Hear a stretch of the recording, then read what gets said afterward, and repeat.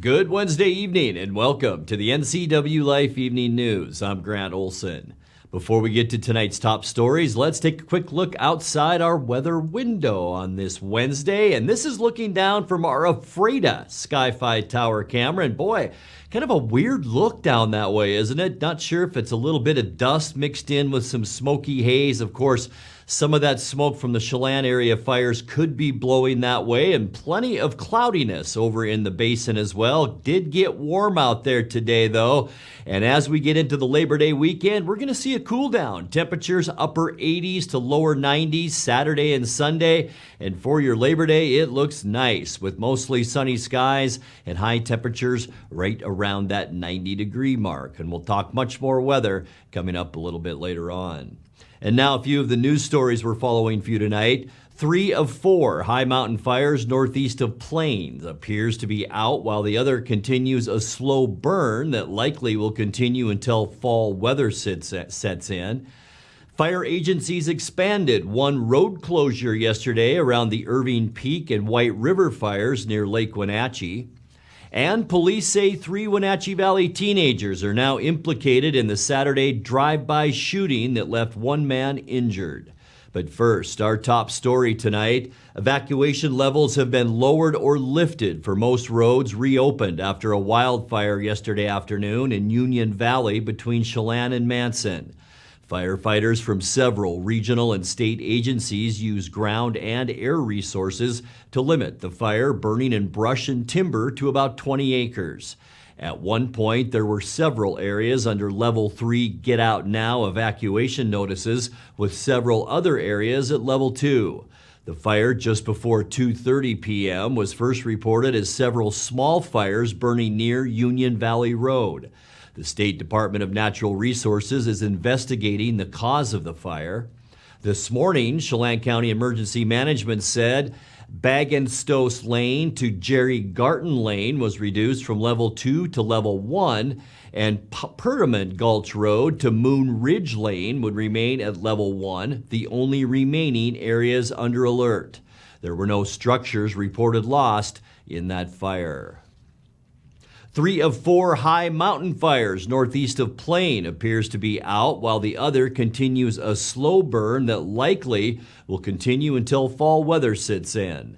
Most of the fires were ignited last week by lightning. The U.S. Forest Service said the Meander Fire in the Henry M. Jackson Wilderness area has burned 4 to 5 acres, with smoke still visible from the Pacific Crest Trail. Multiple safety concerns are limiting firefighting efforts on that fire. Smoke is no longer visible from the Buck Creek Fire in the Glacier Peak Wilderness area. That fire has burned an estimated 6 acres. Meanwhile, the nearby Phelps Ridge Fire has burned about 1.5 acres, with smoke no longer visible. 6 repellers were able to quickly limit the Katy Ridge Fire not far from the Meander Fire to less than 1 acre. Fire agencies expanded one road closure yesterday around the Irving Peak and White River fires near Lake Wenatchee. The U.S. Forest Service says Little Wenatchee Road will remain closed between the National Forest boundary and the junction with Forest Service Road 6700. The closure is needed for increased fire vehicle traffic along the road. The 2 wildland fires now total about 2,900 acres. Also on Tuesday, some firefighters diverted from the 2 wildland blazes to help with a new fire start near Hidden Lake. We did get an initial attack fire yesterday down at Hidden Lake. We responded with Lake Wenatchee Fire and Rescue on that fire. It was about 1/10 of an acre along the roadside. Good mutual aid response with those folks. That was picked up late in the afternoon when crews were coming off a shift. So we had folks in place and responding with the local fire district. Police say 3 Wenatchee Valley teenagers are now implicated in the Saturday drive-by shooting that left one man injured. The shooting is believed to be gang-related. 2 of the suspects are aged 16 and 17. The third, Octavio Medina Cuevas of East Wenatchee, is 18 years old. All were arrested over the last 2 days after the shooting, in which one man was struck in the arm by a bullet in the 1600 block of South Mission Street. Police are seeking felony charges against all three of first-degree assault and drive-by shooting. If prosecutors pursue those counts, all could be charged as adults. Medina was held in the Chelan County Regional Justice Center as of this afternoon. Well, when we come back, the Cascade Orchard Bridge on Icicle Road in Leavenworth will be closed for a month beginning Tuesday, September 6th. The Wenatchee River Institute in Leavenworth is seeking a new executive director. Carol Griffin Boogert will retire from that role after serving for 3.5 years. And some residents of the Wenatchee Valley may have been caught off guard this week as Waste Management shifted garbage pickup days for thousands of its customers. I'm Grant Olson, and you're watching the NCWLIFE Evening News.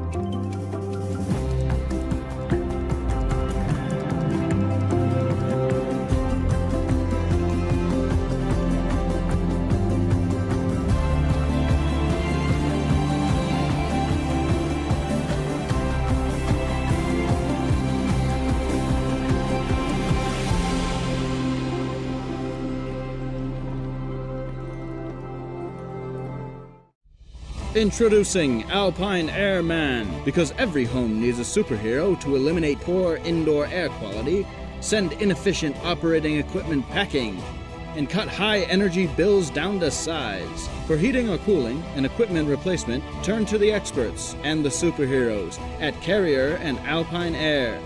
We offer the best deals on high-efficiency Carrier products, along with friendly, knowledgeable service and incredible savings to fit your budget.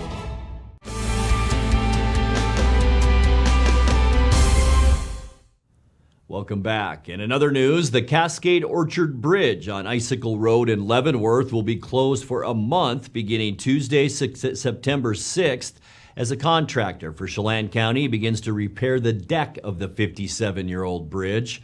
During the closure, a detour route will be available via East Leavenworth Road. The closure is expected to last until September 27th, when the bridge will be reopened back up to traffic. During the closure, the contractor will work on repairing the bridge deck and then pouring new concrete overlay. Once the new bridge deck is cured, a centerline marking will be striped on the bridge deck in early October. That work will require one-lane, flagger-controlled traffic, but will take only about a half a day. The full project is expected to be finished in early October. The upcoming bridge closure will impact the Leavenworth Autumn Leaf Festival, which typically uses East Leavenworth Road as an alternate route during the Grand Parade. Chelan County Public Works is working with festival organizers to determine an alternate route for the September 24th event. The Wenatchee River Institute in Leavenworth is seeking a new executive director. Carol Griffin Boogert will retire from that role after serving 3.5 years. The nonprofit center hosts lectures, classes, and exhibits relating to the upper Wenatchee Valley and its natural ecosystems. The Institute's leaders say it's rebounded well from the pandemic and now needs a leader to continue that success. Potential new directors can apply through the Wenatchee River Institute website. Well, some residents of the Wenatchee Valley may have been caught off guard this week as WM shifted garbage pickup days for thousands of its customers. WM, formerly Waste Management, sent notices of those changes to households that would be impacted earlier this month. The change applies to garbage, recycling, and yard debris collection. WM said the changes are being made in an effort to improve the efficiencies of driver routes. You're watching the NCW Life Evening News. Coming up next, tonight's features story and your complete local weather forecast. That and much more still to come on the NCW Life Evening News. Please stay with us.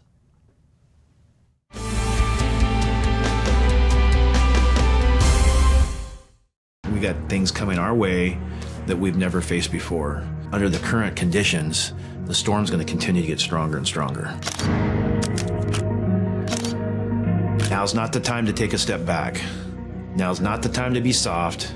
Now's the time to drive us in the right direction to protect our communities. The team that surrounds myself is the team to take you into the future.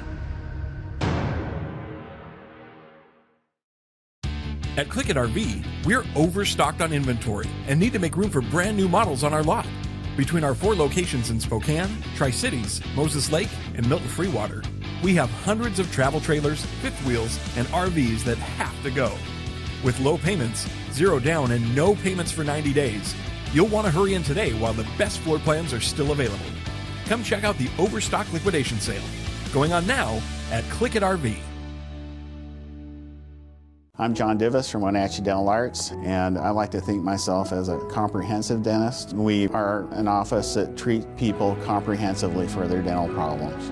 We do a lot of general dentistry in a broad sense. We don't send everything out. Things that we have the ability to do in the office, we like to keep in the office and under one roof and keep things as complication-free as possible. You can come to one place and have all their dental needs taken care of.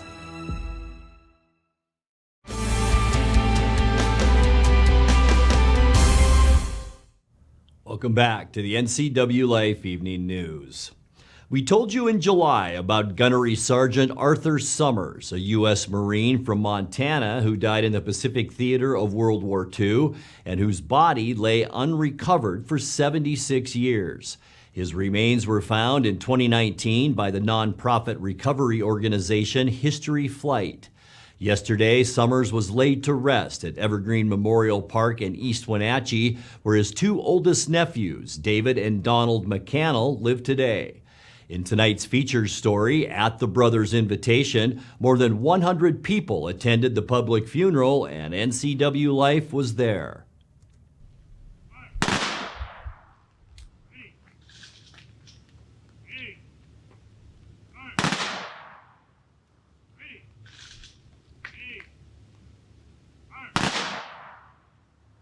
Arthur, at age 20, enlisted in the U.S. Marine Corps at the recruiting station in Seattle, Washington on November the 12th, 1936.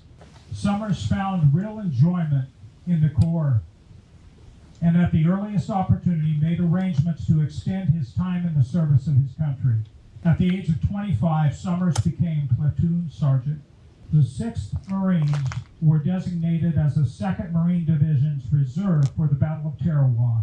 Sometime between 1900 hours on 22 November throughout the early morning of the 23rd, that Gunnery Sergeant Arthur Summers was killed in action.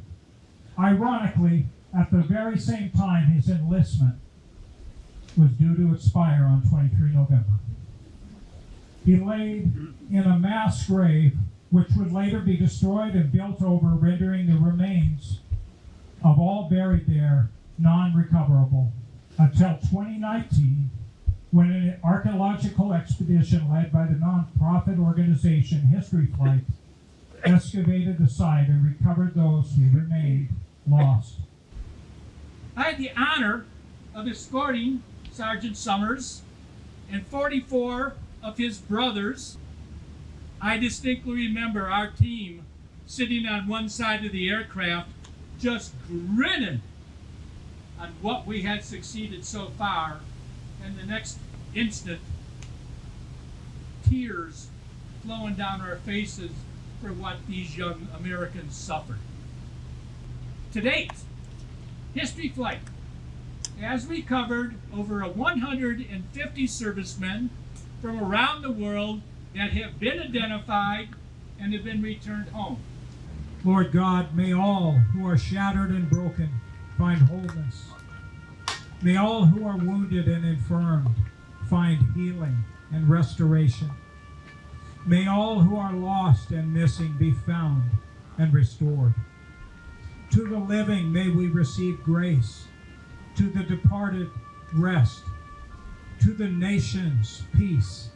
And to all, hope.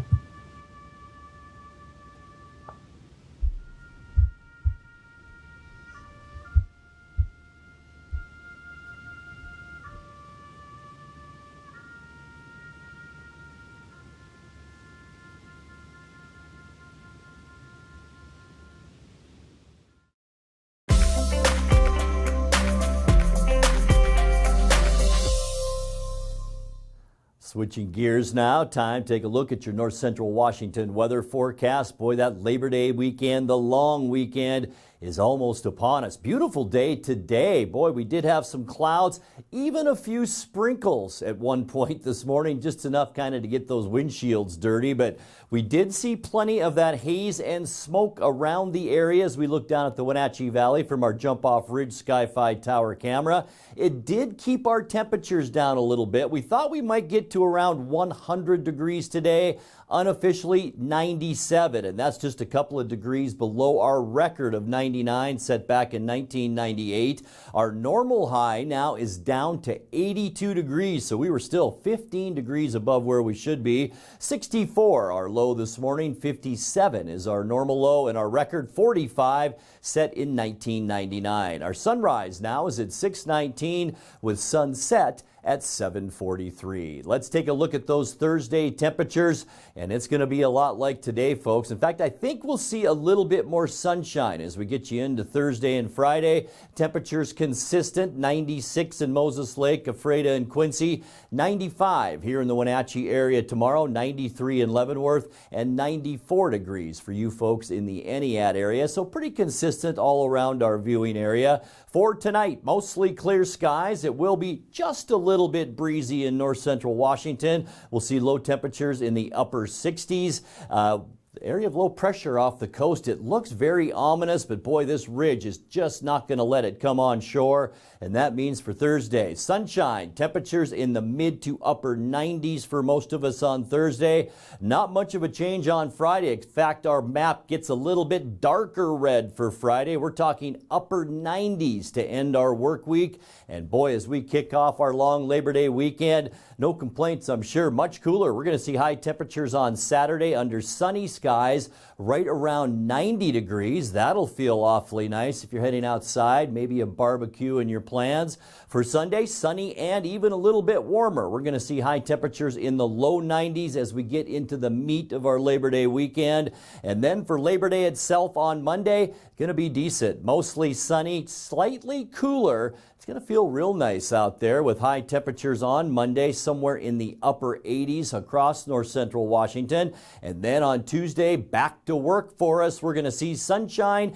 and warm temperatures with highs then still above normal into the upper 80s. Take a look now at that 7-day forecast tonight. Very mild 67 degrees, 95 tomorrow, 98 as we end our week on Friday. And then a very nice mild start to our Labor Day weekend. Sunshine and 90 degrees on Saturday, 93 with sun on Sunday. And then for your Labor Day Monday, things will cool off a bit, but be very comfortable. Mostly sunny and 88. And we're going to stay with that sunshine on Tuesday with a high temperature then of 89. And that's a look at your local weather forecast. Coming up next, tonight's sports report with Dan Kuntz and more as the NCWLIFE Evening News continues right after this.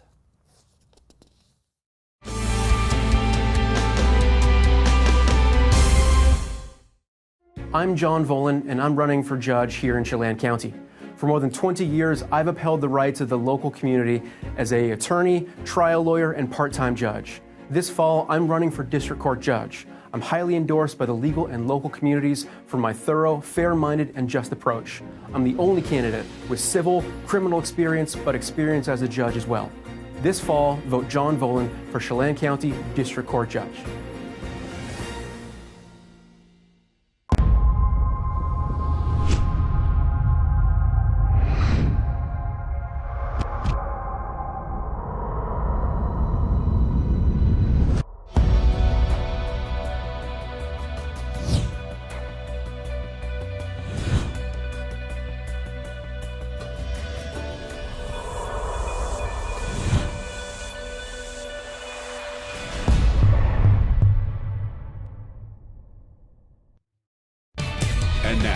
Wednesday sports update on the NCWLIFE channel.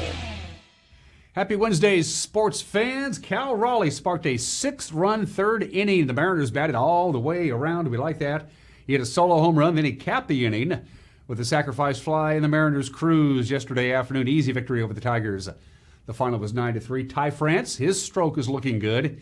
He added 3 hits, including the 16th homer. He scored 3 runs, and Carlos Santana had a 2-run home run for Seattle, who have won 4 of their last 5.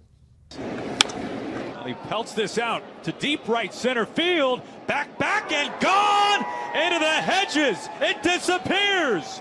Ty France ambushes the first pitch. This is tagged to right field. Cal Raleigh touch them all. The Mariners have hit their second home run. Ty France, and now Cal on an 0-2 pitch drives it into the right field seats about 15 rows up. This is scalded. A fair ball into left field. Toro hits the bag at second. He's going to third. Extra bases for Julio. Toro gets the stop sign at third base. That's a rip double for Julio. 1 down, 2 aboard for Mitch Haniger. Line left field. Base hit. Mitch Haniger. Toro scores easily. Julio checks into third base. Mitch Haniger hangs a run-scoring single out to left field. The Mariners now have a 3-0 lead. This hanger is deposited into left field off the bat of Suarez. Julio scores from third base. Now the Mariners have pushed 3 across in this third inning. It's now a 4-0 lead. This is out to the gap, dropping down, a base hit. Haniger wheels around third. He strolls to the plate of the Mariners. Can't not score runs here in this third inning. It's a 5-0 Mariners lead as France has driven in his second tonight. Well, the Mariners have him loaded up here for Frazier. Frazier, soft line drive, left field base hit. Suarez scores. And the Mariners just keep on racking up hits. The Mariners are batting around here in the third inning. A bit of a windy night. Riley Green plays the breeze. He makes the catch. France tags, is headed home, and he scores standing. It's a productive out for Cal Raleigh. Off in the 5th. This is able to sneak through for a base hit. A 3-hit night for Ty France. Ty France's timing is back. You know, he hit a breaking ball for a home run forever to center, and there he stays inside the baseball and a fastball in, lets it travel, and able to shove that ball up the middle of the field. Here's Carlos Santana. This is way back and gone. The Mariners' third home run tonight is off the bat of Carlos Santana. It's a 2-run smash. In the air, right field and deep. Back goes Haniger. Still tracking it, and it is off the wall. Cabrera will dig for second. He's on his way, and his slide gets him there. 607 career doubles for Miguel Cabrera and a 2-for-2 night. July 26th, his last extra base hit, and breaks the tie with Paul Wainer, and is now 14th all by himself in career doubles. Walked him, and the bases are loaded with Tigers. And a rare walk. On a 4-pitch walk from Kirby, and 2 outs, bases loaded. And the right-hander's 2-2 pitch, swinging a fly ball to the straightaway center field. Julio Rodriguez right there, and he makes the catch. The Tigers leave the bases loaded. Great job by George Kirby tonight. Yeah, Kirby looked really good. 5 scoreless innings, only gave up 2 hits. Chris Flexen came in, pitched 4 innings for the save. Something really cool happened before the game. The on-field microphones for the Star Spangled Banner singer didn't work, and so the fans at Comerica Park sang the national anthem together. I thought that was pretty cool. Game 2 of the 3-game series is going on right now. It's on Root Sports Northwest. Marco Gonzalez, the former Apple Sox, is pitching. You wait until this newscast is over before you change the channel. I need the ratings. Yesterday was cutdown day in the NFL, and that included the Seattle Seahawks. 16 players put on waivers. There's the list there. We highlighted some of the bigger names in red. Any of those 16 players, by the way, who clear waivers today, they can be re-signed to the practice squad. Perhaps the biggest surprise was the waiving of 2019 second-round draft pick Marquise Blair. His career has been derailed by knee injuries, but Coach Pete Carroll says Blair will probably find a role with another team. Marquise Blair, was that a tough decision? Or? Sure, yeah. He's a really good ball player and a tough kid and all that. in one sense, it's hard to break in here. We've got really good players, and he's a guy that wants to play the game and as much as anybody. Very intense about it, and so this really gives him an opportunity to have a chance to start somewhere, and so he's a nice ball player, man. He's tough as hell, and we loved him. So we wish him the very best, and the door's always open. Seahawks kept 6 cornerbacks on the roster, maybe even 7 if they re-signed Justin Coleman. 5th-round draft pick Tariq Woolen impresses Pete Carroll with his resiliency after he struggled early in camp. He can play. Yeah, he can play. Yeah, and it was almost poetic, that he goes out there and gets whipped and struggles and misses a tackle and touchdown pass on a bust, and all that right off the bat. It was like, even in that game, it was kind of like, okay, so this is what it could be like, let's fix everything up and get back to work, and which he did in that game in particular. He came right back at it, and then we played him a lot, so he got a lot of reps and all through the 3 games, and he's been out here going against Marquise and going against DK and going against Tyler. He's hung in with all those guys, and those guys are as fast or as good as and as really diverse kind of talent that you can go against him. He's ready to go. Carroll also wasted no time naming 4th-round draft pick Kobe Bryant. He's going to start at nickelback for the Seahawks. Kobe's ready to play. Yeah, he'll at this stage he can only be as ready as he is, but he can play for us, and we would expect him to make things happen and do good stuff just like he does when he plays football. So it's like it's not new to him anymore, and he's comfortable with it. But he'll get a lot better. He'll be able to take advantage of the calls and looks and disguises and all that kind of stuff as he grows with it. Why was it mid-August? Did it just dawn on you to try that? No, it actually came up way earlier, and we talked about it way earlier, just because of the style of player that he was. But we wanted to make sure that we had the competition clear outside, and we knew what was going on before we took him out of that, and where it might slow down his progress if he's doing 2 things, So I think it's a really good decision for him for the long haul, and he can play outside as well. And finally, former Apple Sox player Michael Toglia called up by the Colorado Rockies to Major League Baseball. He is the 18th former Wenatchee Apple Sox to make it to the big show, and the first Apple Sox player to do it since Drew Rasmussen did it a couple of years ago. He was the MVP of the West Coast League back in 2016. Congratulations to Mr. Toglia. And those are just some of the games that people are playing on this Wednesday. Grant, back to you. Thank you, Dan. Congratulations to him. And now let's check right back in with Dan Kuntz for a look at what's coming up tomorrow morning on Wake Up Wenatchee Valley. Dan.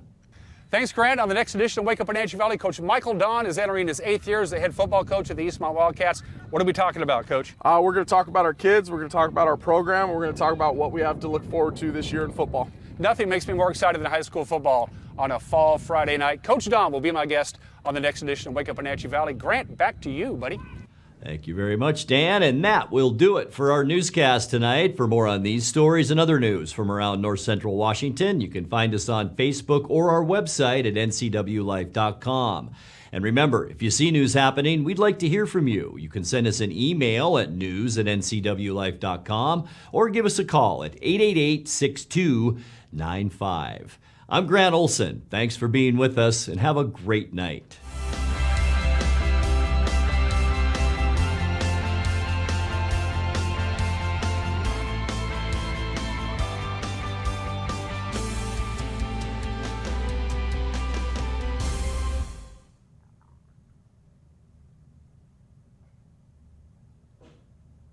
News, weather, and sports. It's all here weekdays at 5, 6, and 10 on your local news source, the NCW Life channel.